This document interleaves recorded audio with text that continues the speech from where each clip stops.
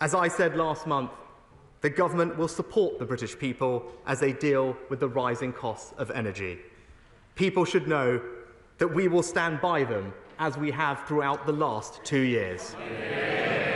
That's why we've announced a £9 billion plan to help around 28 million households pay around half the April increase in the energy price cap. And people should be reassured that the energy price cap will protect their energy bills between now and the autumn. But I want to help people now, so I'm announcing 3 immediate measures. First, I'm going to help motorists. Today, I can announce, for only the second time in 20 years, fuel duty will be cut. Yeah. Not by 1, not even by 2, but by 5 pence per litre. Yeah. The biggest cut to all fuel duty rates ever. And while some have called for the cut to last until August, I have decided it will be in place until March next year, a full 12 months. Together with the freeze, it's a tax cut this year for hard-working families and businesses worth over £5 billion. And it will take effect from 6 p.m. tonight. Second, as energy costs rise, we know that energy efficiency will make a big difference to bills. But if homeowners want to install energy-saving materials, at the moment, only some items qualify for a 5% VAT relief, and there are complex rules about who is eligible. The relief used to be more generous, but from 2019, the European Court of Justice required us to restrict its eligibility. But thanks to Brexit, we're no longer constrained by EU law. So I can announce for the next 5 years, homeowners having materials like solar panels, heat pumps or insulation installed will no longer pay 5% VAT, they will pay 0. Yeah! We will also reverse the EU's decision to take wind and water turbines out of scope and zero-rate them as well. Yeah! And we will abolish all the red tape imposed on us by the EU. Yeah! A family having a solar panel set installed will see tax savings worth £1,000 and savings on their energy bill of over £300 per year. And finally, I want to do more to help our most vulnerable households with rising costs. They need targeted support. So I am doubling the Household Support Fund to £1 billion with £500 million of new funding. Local authorities, Mr Speaker, are best placed to help those in need in their local areas, and they will receive this funding from April. Mr Speaker, there is now a dedicated funding source for the country's top priority, the NHS and social care, providing funding over the long term as demand grows, with every penny going straight to health and care. If it goes, then so does the funding, and that funding is needed now, especially as my right honourable friend, the Health Secretary's plans to reform healthcare will ensure every pound of taxpayers' money is well spent. When I said the Conservatives were the party of public services, the party of the NHS, I didn't just mean when it was easy, it is a total commitment.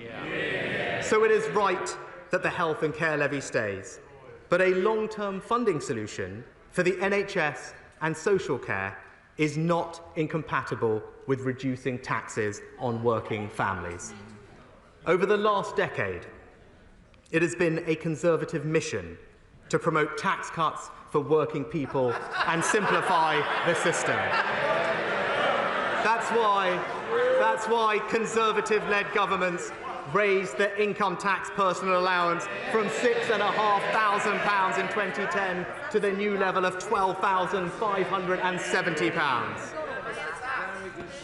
But the equivalent thresholds in national insurance, which define how much people can earn NICS-free, are still around £3,000 less. Now, the Prime Minister pledged in the 2019 election we would increase those thresholds. We made a big step towards that goal in my first budget in 2020, increasing the national insurance threshold to £9,500. Today, we take the next step. Our current plan is to increase the NICS threshold this year by £300. But I'm not going to do that, Mr Speaker.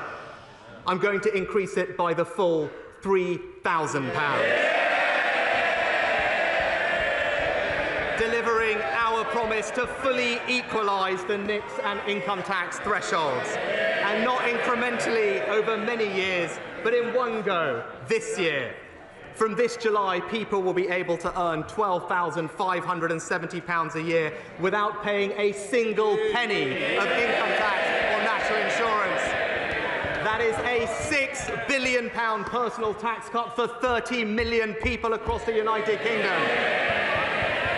A tax cut for employees worth over £330 a year, the largest increase in a basic rate threshold ever, and the largest single personal tax cut in a decade.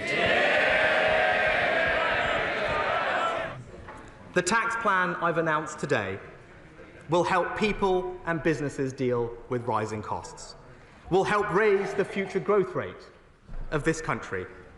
But we want the proceeds of growth shared fairly, the third objective of our tax plan. The knowledge you can keep more of what you earn is a powerful incentive for people to work hard. It means greater economic security, and we know that individuals spend their money better than governments do. We've already announced today the equalisation of personal tax thresholds, giving over 30 million workers a tax cut worth over £330. And over time, I want to go further. But tax cuts must be paid for, they must be prioritised, and they must fit the economic circumstances of the time. A clear goal for Conservative Chancellors, and even some Labour ones, has been to cut income tax. The fact this has happened only twice in 20 years tells you how hard it is to do. COVID and the war in Ukraine have only added to the difficulty of achieving this by the end of this Parliament. I am sure all members of this House recognise and understand those challenges. It would clearly be irresponsible to meet this ambition this year, and yet I refuse to let that ambition wither and drift. By 2024, the OBR currently expect inflation to be back under control, debt falling sustainably, and the economy growing. Our fiscal rules are met with a clear margin of safety. And so my final announcement today is this. I can confirm before the end of this Parliament in 2024, for the first time in 16 years, the basic rate of income tax will be cut from 20 to 19 pence in the pound. A tax cut for workers, for pensioners, for savers. A £5 billion tax cut for 30 million people. And let me be clear with the House, it is fully costed and fully paid for in the plans announced today. Last year, I told the House I would cut taxes for hard-working families, but I would do so in a responsible and sustainable way. And today, I am delivering on that promise. So let me say this. Cutting taxes is not easy. It requires hard work, prioritisation, and the willingness to make difficult and often unpopular arguments elsewhere. It is only because this government has been prepared to make those difficult but responsible choices to fix our public finances that I can stand here and tell this House that not only are taxes being cut, but the debt is also falling whilst public spending is increasing. This doesn't happen by accident, Mr. Speaker. We can deliver for the British people today and into the future because, unlike the party opposite, we have a plan.